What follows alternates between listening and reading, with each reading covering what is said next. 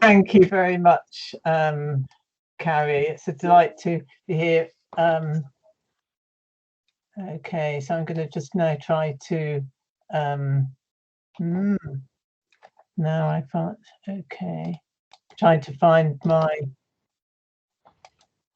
Okay, I'm going to get stuck here trying to find the desktop screen share. Application window. So I don't know why this is all going strange this morning. I can't. Okay, I'll have to just go into the screen itself. Can you see my PowerPoint now? Not yet. Not yet.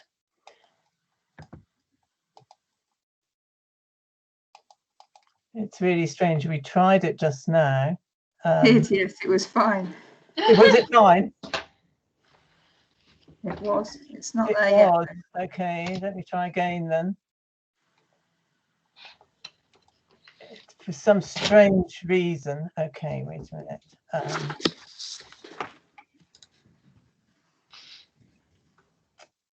Okay, I'm going to have to, for some strange reason, it stopped my PowerPoint. Sorry about this. I'm going to have to go out of the,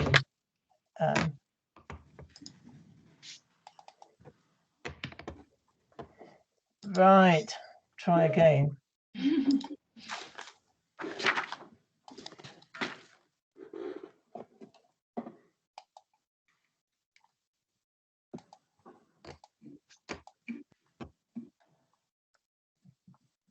That's working now. It's working now, isn't it? Yeah, good.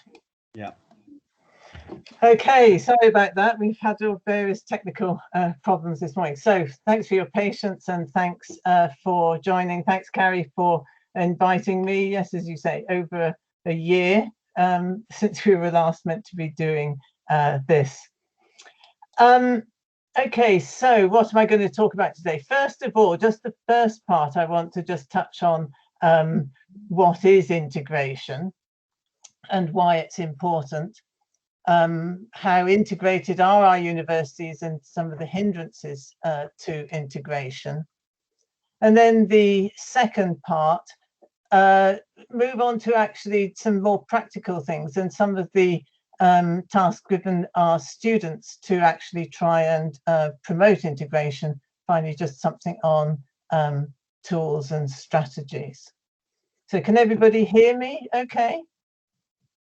Yes, thank you. Loud and clear. Good, okay, fine. Okay, so first of all then, what is integration? Now, I mean, I was interested that you chose integration and the title because we've had a lot of people actually saying they don't like the term integration and they see it as being the same as assimilation. But actually, from a psychological perspective, it's actually used very differently. So classic work by John Berry, a little bit outdated now, or should I say been updated a bit, but basically sees four main possibilities around two issues. First of all, do I value maintaining my own cultural heritage and identity? Nowadays, we'd probably say identities, but anyway. And then do I value having contact with and participating in my new society? So if we're thinking of international students, it is very much coming to Britain, well, was coming to Britain or joining anyway, the classes. And integration means it's not dropping your own heritage and identities, but it's yes to maintaining them and yes to having contact. And mixing and participating in the new society. So that's how Berry's defined it. That's how I've tended to use it on that basis. So actually very different from assimilation.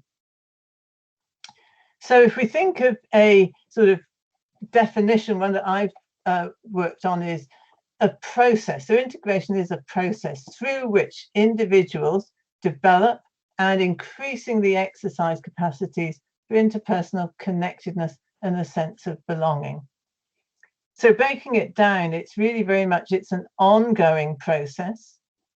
There are these are social connections, and all of that results in a sense of belonging, which is hugely important for well-being, performance, and so on.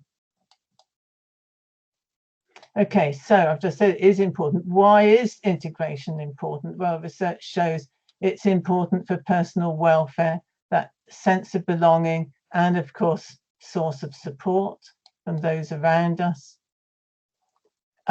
From a teaching point of view, adaptation and learning, it's really valuable for that. Helps with integrating into daily life, the social interaction, academic study, and of course, language learning.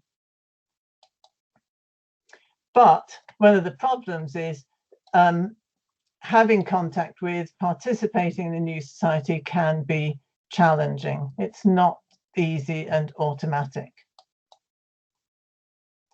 So if we move on to the next thing then, what is the situation in our universities? I was very struck by this in that when I finished, we'd set up a new master's degree in Warwick in intercultural communication. At the end of the year, I asked one of the students, just I was chatting with, how did you find the year? And she said, oh, the course has been great. Pity I didn't meet any British people. And I thought, oh gosh, this is sort of terrible. What is the integration like, both on campus and off campus? And that set us on a journey of trying to do some research. In the process of that journey, we developed a tool called the Global Education Profiler. And what we wanted to do was to move beyond these sort of structural demographic type characteristics that are used in university rankings, like in Times Higher, QS, where people would say, oh, you know, we're number 10 for internationalization. And then you think, but the students aren't mixing together. So what does that really mean? So we wanted to go beyond that. And we developed, the student version had 5 constructs, 2 on integration, social integration, academic integration. We also had language, foreign language skills, communication skills, and then the global. So today I'm just going to say a little bit about the integration ones. So for the social integration, we were looking at the amount of interaction, social cohesion across people from diverse backgrounds. We weren't actually only thinking of nationality. We left it pretty open for people to interpret as they wanted. And then academic integration, the amount of interaction within classrooms and courses of students from diverse backgrounds, and also with the staff. And what we did was to ask people to rate the items on 2 scales, importance to me and my actual experience. There was also place for open comments. And the data I'm going to show you today comes from about a bit over 2,000 students, predominantly home domestic. But when we say home domestic, it means home to where you are. So if you were German responding in Germany, that was home. But if you were German responding at a British university, then you were EEA. But nevertheless, the UK was dominant here. Roughly half of gender and a higher proportion of undergraduates, which you'd kind of expect. So what we did by asking people to rate on 2 scales, that meant that we could show the results on a scatter plot. And what we felt was that very often when results are given, you're given the mean score. And our sense was that the mean score is actually covering up a very large amount of variation. And you can see from here, there is a huge amount of variation. Now, the 2 right-hand quadrants are the ones that are saying this is very important to me. On the left-hand side, it's saying it's not so important to me. And the top half is saying, I am experiencing this. And the bottom half is saying, I'm not experiencing this so much. So the best quadrant, in the sense of those who are want to integrate, are experiencing integration, would be up in this top right-hand quadrant, which we called the flourishing one. So for Asian students, we were using the UN definition of Asian, 50% were up here, but you've got 26% down here.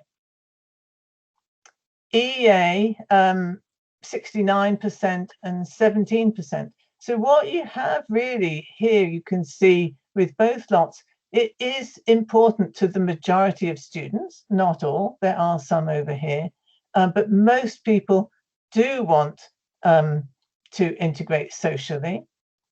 The majority of these are, but you've also got, especially for the Asian students, a significant, a quarter saying they're not getting that experience.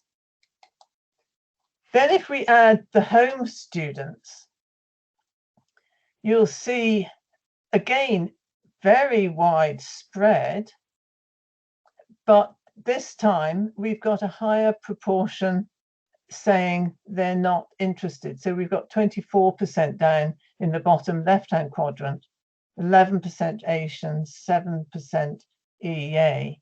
So, you know, sometimes it's all put on the international students to make the effort, but if they're trying but they don't get response from the home students, that's a problem. So you can, if we look over at the table where I've added the importance ones together and the experience ones, you can see here that it's the Asian students in particular that feel they're missing out on their experience. Home also, but actually partly because they don't care about it so much. If we did it by academic integration, actually you can see the pattern is actually very, very similar. And since this date, I did this because it's more UK based, but we've also collected a lot of data in Europe, working with the Coimbra group. So we've got, I don't know, over 20,000 responses. And this pattern for home students seems to be very similar across the whole of Europe. In other words, this isn't just UK or any particular country. There's this issue that home students are not so committed really to the integration. Okay, so what's hindering it? We, in an earlier study, had asked in the ISB, International Student Barometer, that some of you may know, and this was a Warwick one version, we added some extra questions. We had a question, I find it difficult to socialize with people who are from different countries. This was a level of agreement. And the only reason why we've picked out China here is because they were one of the largest single nationality cohorts. And as you can see, interestingly, they were saying there they were finding it much more difficult than some of the other regions. So what are those hindrances? Well, there'll be practical factors like accommodation arrangements. That's particularly the case in Europe, or they may be living in separate quarters. There will be different interests. But perhaps very fundamentally is the whole question of homophily. People just feeling more comfortable with people like themselves, speaking their language, eating the same type of food and so on. And moving out of the comfort zone, it can be stressful. It's just easier to mix with people similar to ourselves. So, how do we overcome those? Somebody's got the microphone on, so it's a bit of. If somebody could turn the mic on. Okay, fine. So for us, it seems the responsibility for this lies at 3 levels. there's an institutional level responsibility. There's a community meaning it may be a department or a course, and there's an individual level. So what I thought today was to think particularly, well, how can we as teachers support the interaction between individuals and their peer communities? As I say, part of the motivation for me was, teaching a degree in intercultural communication and then having students say at the end, we couldn't meet others, just seemed to me to undermine the whole purpose of why we were doing the course. So I started thinking, okay, how could we do that? And we did it in various ways, but I'm just going to show one way. First, by introduction, I'd say there are numerous models of intercultural competence. That there's an overview there, but rather strangely, there are far fewer models of the actual learning process. So lots of people saying this is what you should be when you've got to become perfect, but how to get there is more difficult. And today I'm going to particularly talk about the Anderson and the Malinsky and how we've built on those. And you'll see Anderson, Linda Anderson, 1994, you think, shouldn't there be something more up to date? Up to a point, but in many ways, hers is one of the better ones. And basically, in her model, what she was looking at was when we move into a different context, we face various obstacles or differences, and we will have reactions and responses to those. So obviously for international students, one of the main things is our way of teaching, which can be very different. I know, despite knowing it with my head, it was just a few years ago that one of the first classes I was teaching, master's class, and I had given them some introductory stuff, and then I put them into groups and I said, please discuss these questions, gave them some questions to discuss. And I walked past, as I started circulating, going to the groups, I heard one of the Chinese lads say in Chinese, but I could understand him, what does she want us to talk to each other for? And I suddenly realized, I just made that assumption that we would be learning through discussing. So people will react in different ways to things like new learning styles. And these reactions, she says, there's an affective one, emotional, there's a behavioral one, there's a cognitive one. And people will react in different ways. Some will work hard to try and overcome the obstacle. We do, sadly, and I'm sure you do too, have returnees, those who feel it's just too much and they leave.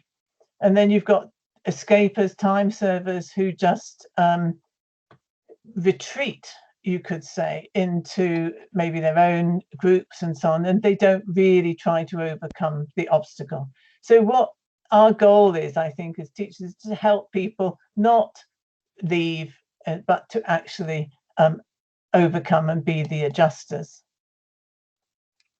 And Anderson says there are three engines to promote that. The first is a willingness to open yourself up to new cultural influences. That's that leaving the comfort zone. Willingness to face them head on with some techniques and strategies. And then she says, perhaps most crucial of all, the resolve not to run away. So what then fuels those engines? She says it's the support of peers. So that comes back to the why integration is so important. What's the journey like? Full of ups and downs. It's not going to be just straightforward growth. And says what happens on the way? Working one's way into a culture can produce fundamental changes in the sojourner commensurate with the process of re-socialization. And this, I think you will have found, can be unsettling for students as they find themselves changing and then wondering, you know, do I really want to change? What's it going to be like when I go back home, and so on. Okay, so that was Anderson's model, which I think gives us certain tools and frameworks. But one of the ones that I found particularly helpful is Andy Malinsky's Global Dexterity Framework. Now, he is actually comes out of the business school, but we've taken the ideas in his book and developed a little tool which we've called the 5S, or the stretching tool. And basically, these are the 5 steps. And I'll go through them in detail in a moment, but just as first would be spot, notice any different cultural patterns. And here, particularly thinking about language, but not necessarily language, behavior that goes with it. Then you can't pay attention to everything, so select something that you want to work on. Study your own thinking, feelings, and reactions as you experience that. Stretch your thinking and behavior, and this would be iterative, going to and fro till you find a sort of better way, and then strengthen those positive adjustments that you've made. So one thing we did with, or I did with my students, was actually to set them little assignments around this. So basically, I asked them to notice, or as I spot, anything they found surprising, and to choose something that was different, that the experience was different, but they felt was important for them to focus on. I asked them then to study that behavior, their thinking, feelings, reactions, try doing things a different way, see what happens. So studying and stretching in combination, and then, you know, repeating and strengthening what works well. So that's basically, as I say, what I asked them to do. Choose something that's noticeably different from the way you usually behave, makes you feel uncomfortable in some kind of way, but is personally or professionally meaningful to you, to adjust your behavior or your attitude. Interestingly, and in a sense I was a little bit surprised, 6 students chose to focus on greetings. And I say I was surprised. I shouldn't have been, because I know when I was in China, I found greetings to be actually very different and not easy to handle. And so they were asking questions like this. I'm going to take you through some of the data that came out of this little study. They were a variety of different nationalities, so it wasn't, it's just Chinese. This one, though, was Chinese, and she said, the very first time I found myself puzzled was on a school day when one of my classmates came to me with a really caring look and said, "Are you all right?" I was quite shocked for her asking me like that, and murmured, said, "Oh, no worry, I'm fine." Then for the rest of the day, I kept thinking why she asked me like that. Was I too pale today? Talking to students, was genuinely worried by, "Are you all right?" Another example, this was from a, I think she was Italian, bicultural, binational, actually. Not greeting or bidding someone farewell with 1 or 2 kisses is very strange for me, and it made me feel lost and uncertain how to deal with the situation. It's a very different take. So that's just 2 examples of the step 2, when people had selected something. And then I said, okay, we've taught them the ABC of intercultural learning, the affective, how am I feeling, the behavioral, in what ways is the behavior different, what could I do differently, and the cognitive, how does it relate to my sense of identity, what challenges does it pose. So if we think back to that first example I gave, we can think from an affective or emotional side. You've got puzzled. I was shocked. So obviously some sort of emotional reaction. I kept thinking. So there was a cognitive side. She kept trying to understand what this meant. The second example we gave, you got, I felt lost and uncertain. So again, an emotional reaction here. And putting them together, these were the kinds of words that the students were using. You had embarrassed, uncomfortable, worried, confused, awkward. So it was, these things were making them feel, giving them an emotional reaction anyway. And what Malinsky sort of says is that we will each have our personal comfort zone, and there will be a sort of range of appropriateness in the new culture, and often there's a gap between those where, and you could see it in those students, the gap, say, in how you manage the nonverbal behavior.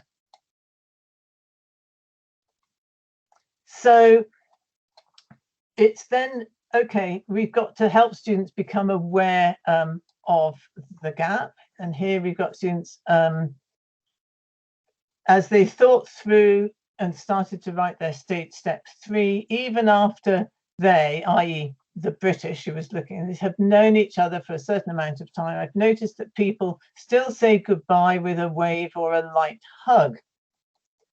This is a big difference to how this practice is carried out in the countries in which I previously lived, as in these countries, the usual way to bid someone farewell is with 1 or 2 kisses on the cheek. This might be the biggest difference between the British practice and what I was previously used to. So she started by saying that she found it very uncomfortable. She then thinks through what it is and what the difference is with what she's used to. Another one, he said, I noticed that local British people always respond to this question, this is on How Are You Today, in a relaxed way with humour and continue to have small talks with the question. It makes me consider whether there's a routine or a much proper way of responding instead of saying fine. So this was a student who said, how are you today? Didn't know how to respond. The conversation just came to an end. So thinking of alternatives. There's also, study yourself, your own thinking, your self-awareness. Kara, again, this led me to be a person who needs some sort of physical contact. So she realized actually this was really important to her. And when she didn't have it, she found that problematic. Of course, now we're realizing with COVID, that's the same for many of us too. So what Malinsky says is that when you start seeing these things, looking at your emotions, looking at your behavior, looking at your thinking and realizing the differences, actually we sometimes come up with 3 types of challenge. There's a resentment challenge.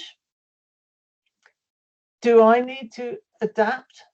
Sometimes we can, you find people thinking, why should I have to adapt? That's stressful. I don't want to do it. Why should I have to change? Then you've also got a competence challenge. It's okay, I know that, but I can't do it. So for many of them with the greetings, they didn't feel resentful, but they just weren't sure actually what to do. And then another challenge is the authenticity challenge. Is the new behavior in conflict with our own values and beliefs, or does it make us feel uncomfortable? Sometimes we feel if we act in a very different way, it's not me somehow. So students have to come to terms with these challenges.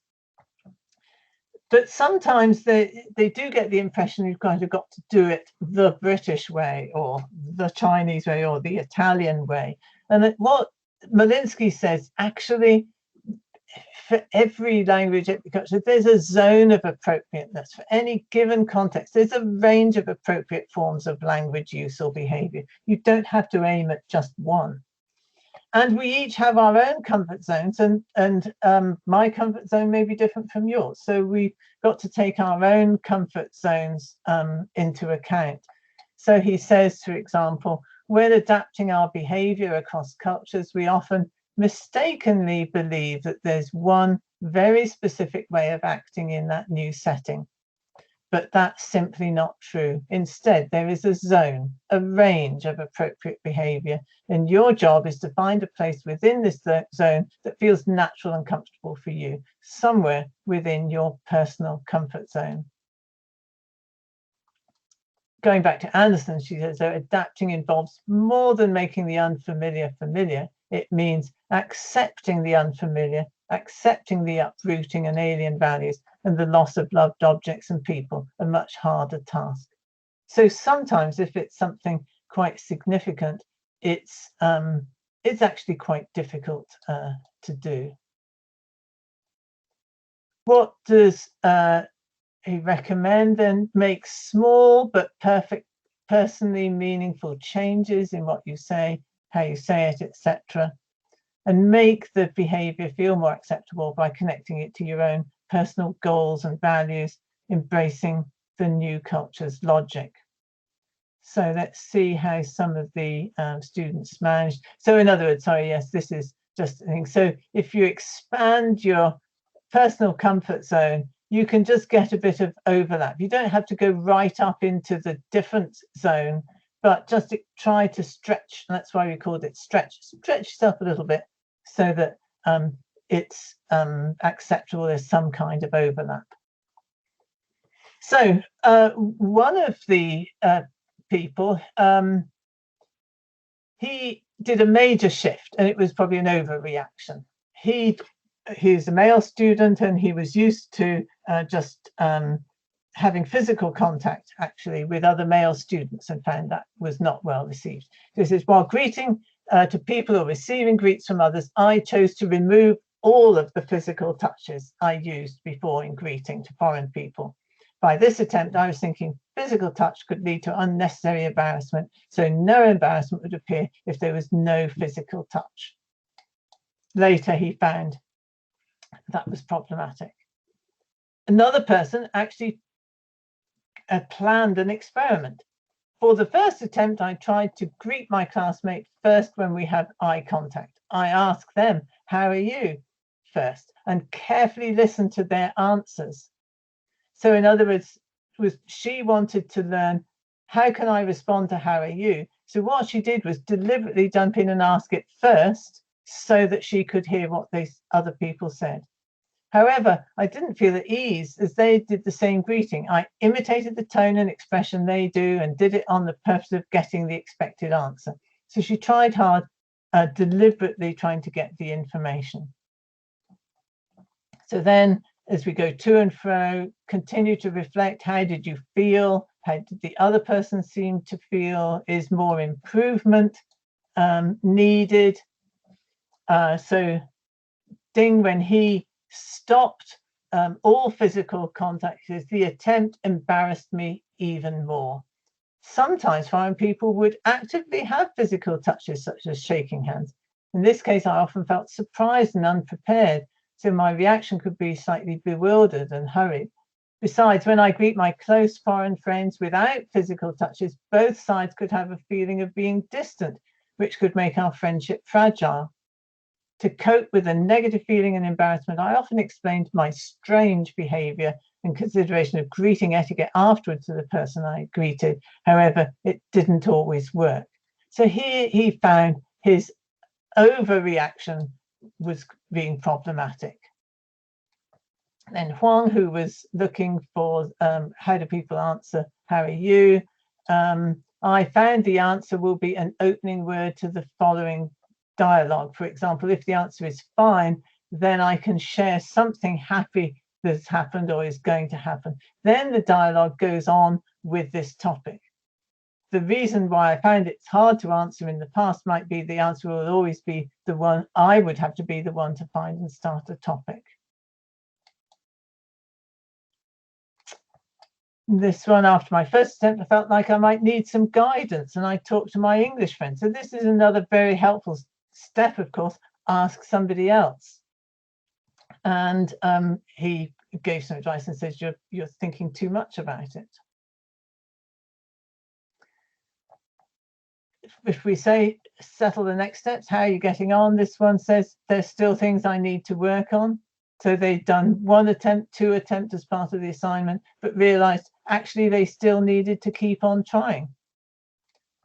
Zhang says, actually, I'm starting to like this way of talking and greeting with each other. So emotions beginning to change. So here we're step 5, strengthen the positives, realizing, yeah, this is beginning to work. So that takes us to the end of the model. So basically, just to recap on it, encouraging students to look out and spot differences in cultural patterns, even supposedly simple things like greetings. Choose something that they can focus on. I mean, they choose what they want to work on, study, stretch repeatedly, trying several times, keeping notes of their thinking and feelings and reactions, and then strengthening the positive adjustments when you find that they are working well. So that brings us to the end. If you want to read up some more about it, this article here, 2018, I've written it up in a journal article. And then there's this one here, if you were interested in the initial, sorry, no, one is on the integration and how we're interpreting integration, and those are the 2 references for the model. We've also got at Warwick, we've developed a little e-course, working in groups, where we try to promote the academic integration in terms of the issues associated with group work. And I think that takes us to the end. So thank you very much. I'll stop sharing now and hopefully come back.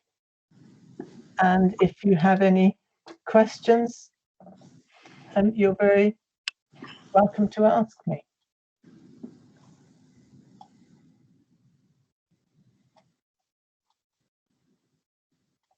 Okay. There was a comment in the chat, Helen, from Caitlin Coyle. I don't know if Caitlin would like to talk about that again. Yeah, so I'm just trying to. Hello, can you hear me? I can, yes. So it was just a question about some students may be part of a discipline. I'm thinking particularly finance and business students. Yes. Master students where in their classes it's highly represented by one nationality perhaps, and it may be harder for them to mix. However, I do know another student of mine who was in a mixed nationality masters, if you like, and he found it quite difficult as well. But I don't know if that does make it difficult when I've had students saying, oh, I can't practice English because, you know, everyone in my class is speaking my own language anyway. I don't know. Yeah, I mean, you know, I think these are genuine issues, and in a sense, this is something I think senior management needs to think about. Actually, Durham, I think we've got some people from Durham. Durham ran the Global Education Program. Actually, it made them rethink their admissions policy. But having said that, you know, I mean, in our department, and certainly the masters that I was teaching on, I would say it was over 80%, maybe even 90% one nationality, even though it was an intercultural communication degree. And it isn't easy. But, you know, there are opportunities outside, I mean, certainly from a social point of view. And yeah, they will have to, you know, just find the opportunities kind of elsewhere. I mean, we did, I set up a little thing called Meet the Locals to try and help them meet people in the local community. But it's not easy, and I think this is where universities need to genuinely think about what they're doing. Because I'm reluctant to put the blame on the students. It's not their fault. But I also know when I was doing my own degree and I was paired with an international student for an activity, they said, "Oh, I've not met anyone from Scotland," and they were studying at the University of Glasgow. So it was a bit concerning, even in disciplines which did have mixed nationality groupings. So I know it's not the sole issue, but I was just thinking maybe it is one of the issues. Yeah, no, it definitely is. Absolutely. No, you're absolutely right. And so this is when I meant that the responsibility for integration is not just at the student level. There's department or course things that need to think about it, even their own admissions, and university senior management need to think about it as well. Thank you. I noticed, Okay. Mark, sorry, Carrie, you were going to say. Sorry, no, you go ahead. I was just looking at, I can't see all the comments, but Mark asked, I was sitting in our cafeteria and this Chinese student said, "Are you eating lunch?" And yes, I'd had that experience. And of course, we say, oh, you know, in fact, I think we had it on earlier, you know, it's sunny in the Midlands, it's sunny in the things. Why are we talking about the weather? It doesn't matter, you know. And that's, we might think, well, why are they asking about lunch? And it's exactly that same function. It's just a polite, you know, have you had lunch? I was myself very confused by it. And the other interesting thing, I think, with the wording is it's sort of, you know, very often it's, have you had lunch? But here it's just sort of, are you eating lunch? And the sort of comment, and, you know, people in China would say to me, are you cleaning your bicycle? When I'm cleaning my bicycle. And you think, what do you think I'm doing? You know, but it's just a way of, you know, we would tend to say, you know, enjoy your lunch, or that looks lovely, and make some evaluative comment. So it's just a different pattern for making small talk, really. Yeah, there's a question from Martin Savio. Martin, do you want to ask your question about integration has working online? Yeah, sure. Yeah, I just wondered, given the fact that most of us are now teaching entirely online, and you know, mixed groups, some based in their own country, whereas normally they would be over here. I just wonder what Helen feels about how that may be influencing the whole question of integration. Yeah, I mean, it's major, isn't it? I mean, what can I say? And I think we need to, I mean, in a way, we need to do more research. I mean,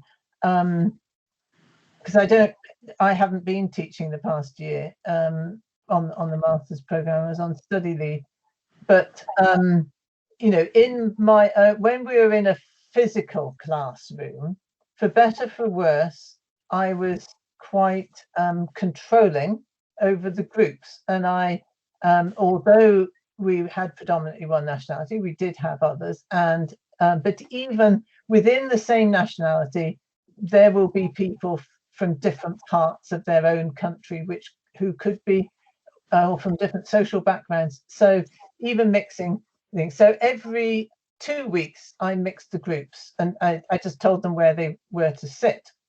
And actually, they loved that, because it sort of gave them more liberty to mix with people. So it's interesting to think, you know, whether online putting people into breakout groups, which now we have to do, you know, is it any different? Now, the difference, of course, is that you can't do the sort of follow up afterwards, but then often in the face-to-face situation, everybody went their own ways at the end of the class anyway. If they're in a different country, of course, it just magnifies the problem, because especially with different time zones. So yeah, not easy, but I think people's expectations will also have changed. Okay, thanks. There's a question from where was it? Helena Stakounis about teacher training. Helena, do you want to ask your question? Yeah, hi Helen. Hi. I conducted a 1-year ethnography in a UK university working with British students and international students to try and understand what happens and why they do or don't integrate. And I really noticed that the teacher had a real, you know, key role in this. And it seemed to depend on whether teachers spent time at the beginning of the course helping students to just get to know each other and who they were sharing the course with and the room with. Yeah. But when I interviewed teachers, a lot of them didn't really seem kind of aware that might have some kind of impact. And obviously a lot of teachers in university have not had teacher training, or, you know, a lot of us were PhD students. And I just wondered whether you thought that in international universities now, we really probably should be doing some kind of training to help teachers manage with an intercultural classroom and to help people work together better. I agree absolutely 100%. And I think there's an increasing awareness that actually, you know, to just focus on the students and ignore the teachers is crazy, really. We did actually, because of that, develop a staff version of the Global Education Profiler to understand better. But there are very, you know, I think there are very few resources for staff. I think another of the problems is, you know, staff are hugely busy, and it has to be pitched well. I mean, in the sense of they easily get annoyed if it's sort of, oh, you need to go for training to deal with diversity, you know, oh gosh, yet another thing. And they don't really take it seriously and don't realize the extent to which actually academic performance and achievement are hugely influenced by that. Yeah, no, I agree 100%. Thank you. Okay, thanks. We've got a question from Caroline Burns about thinking how we think about identity. Caroline? Yeah. Hi, yes. Can you hear me okay? Yes, fine, Caroline. Okay, thanks very much for the talk, Helen, and I did really enjoy it. And I did notice that you mentioned in your talk that your research is not only thinking about nationality. Yeah. But I do think that some of the issues that have been explored here, there's a lot about difference and shock and problems when only one nationality is in a group, or when you don't meet the British students or something. Yeah. And I think so, even though we're recognizing that, you know, we need to move away from nationality, that always keeps creeping in as the sort of primary factor. Whereas we probably need to get some conversations going where we recognize, and people have commented in the chat as well, that we have, and actually you mentioned it yourself, we have multiple identities and belong to lots of different cultures, so that students, if they're in a group with all Chinese students, they're not necessarily going to be all the same, because absolutely we're all very different. Yeah. No, so I suppose, I don't know what the question is, more comment, but I suppose what might be a question is, how do we shift that way of thinking in universities, because the way that we're talking about now is still quite dominant. Mm. Yeah, and I think work came out of internationalization, and then of course when people are talking of internationalization, they are very much thinking of, you know, nationality, of going to other countries. But interestingly, you know, yeah, when with the Global Education Profiler, we actually, as I mentioned, left it to people to interpret as they wanted. And I won't name the university, but one university in particular, it was a big issue actually around social class, that they felt that there were a lot of comments that the university was elitist, and they came from a sort of different social class background and felt very excluded for that reason. So absolutely, and I think, you know, I completely agree with you. I think obviously, well, I say obviously, language, and I was assuming that most of you were sort of EAP type teachers, so the more the language, and language does add another layer of complexity, although of course, you know, it isn't just which language you speak. But again, we've got, as you say, within universities, you know, you've got rankings for internationalization, and then you've got other, and I think this is it, it's all split up. Then you've got race, sexual orientation, and they're all sort of kind of in silos rather than working together, if that makes sense. I don't have any easy answers to what one can do about it. I think I felt, to be honest, at Warwick, when you're at a departmental level, it's very difficult to influence senior management. You can, all you can try to do is to work at your own level and do your best to influence strategy and thinking. Yeah, I think that just coming back to that point about language is really important as well, because students want to come, well, I suppose some students, I'm saying, would want to come and practice their language, although we do have a lot of international students who come from countries where English is an official language, who speak it as a second language anyway. And maybe, you know, home students, or in inverted commas, home students who speak different languages at home as well. So this kind of idea of, you know, the native speaker and idealization is also part of the problem in a way as well, isn't it? But yeah, no easy answers, but thank you for your answer anyway. Yeah. Okay. Yeah. I mean, I'm currently working with somebody who's based in Sweden, and of course, and the engineering university, they teach in English, and of course, it's often the international students who are better in English than the home students, because the home students are not first language English speakers. So it's a complex situation, yeah. Okay, thank you. We've got a question from Duncan Macmillan Oyama. Would you like to ask your question?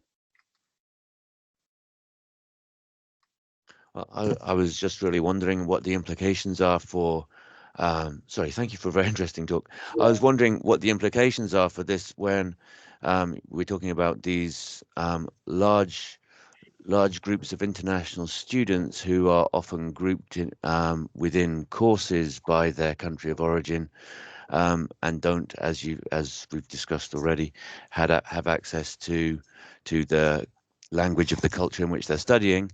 How do they then enter the discourse community for that subject area if they don't have any models of peers speaking about, or possibly even writing about the topics that they're investigating?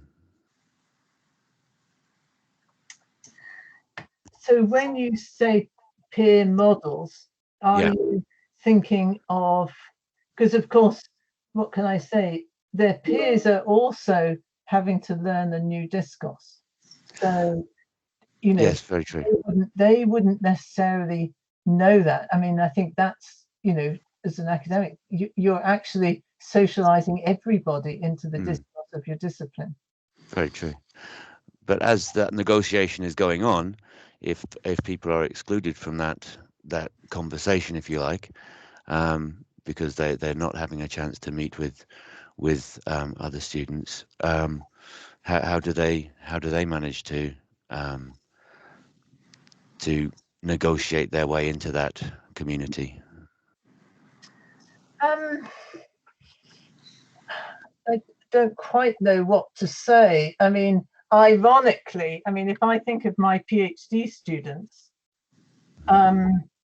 in terms of the academic discourse writing, the native speaking British have been the most problematic and difficult for me to handle. Yeah. And you know, so you know, and I sort of think how, and they're people who in oral language are very articulate and proficient. They just can't write in academic English, and I'm still struggling, to be honest. So I don't believe that is a particularly a nationality issue. Okay, so and that particular aspect of integration or non-integration is not going to affect the students' ability to do that, because that's not where they're taking their cues from.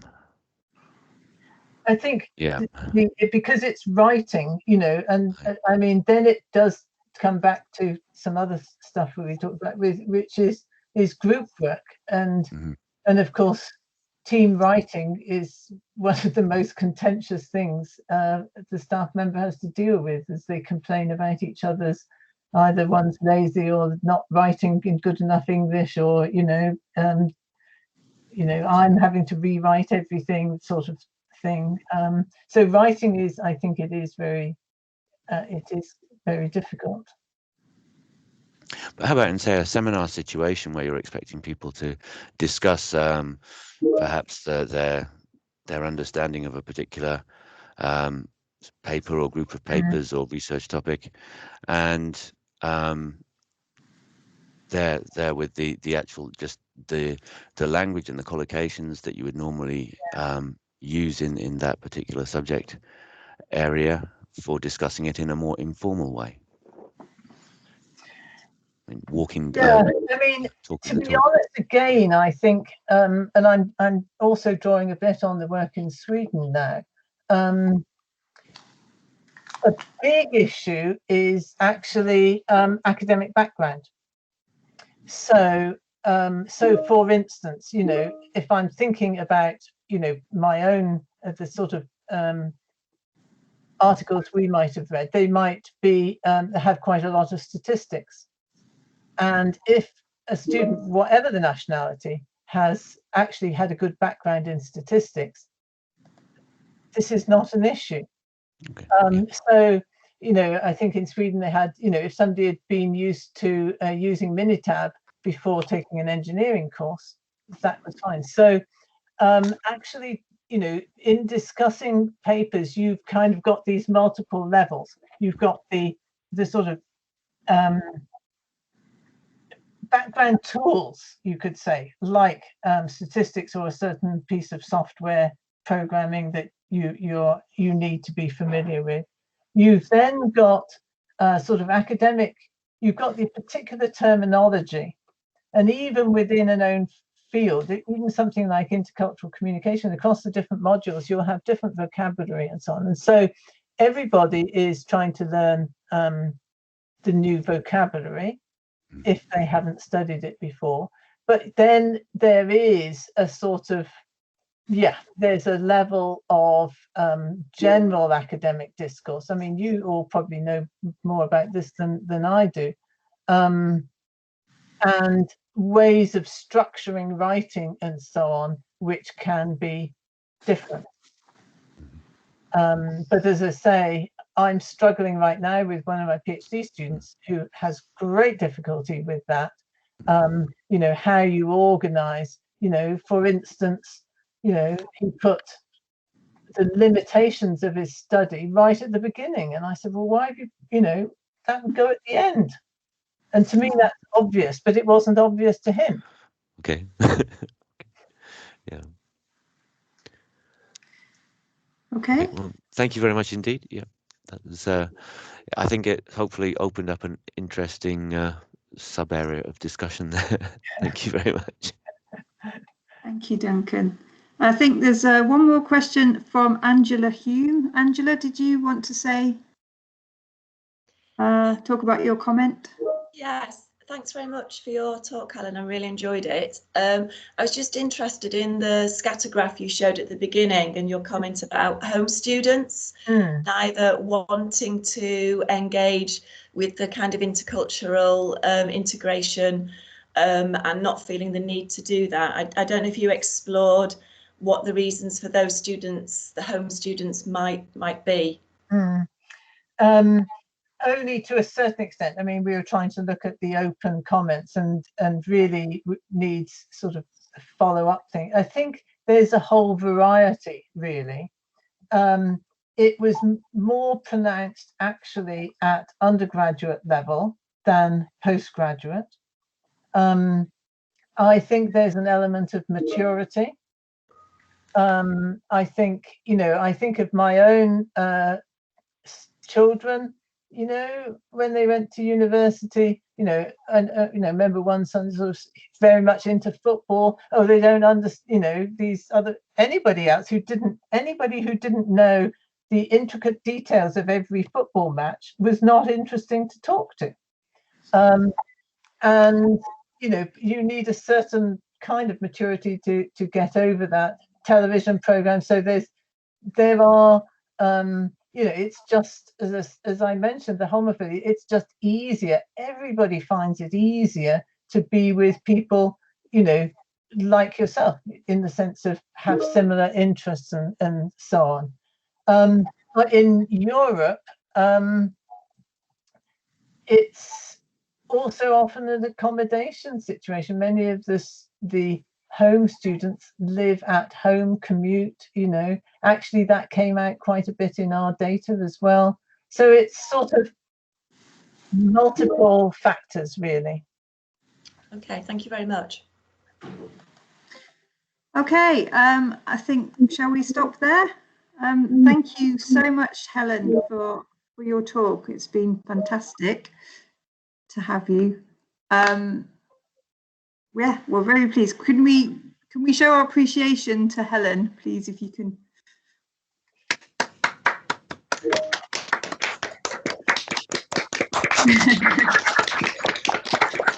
Fabulous, that worked.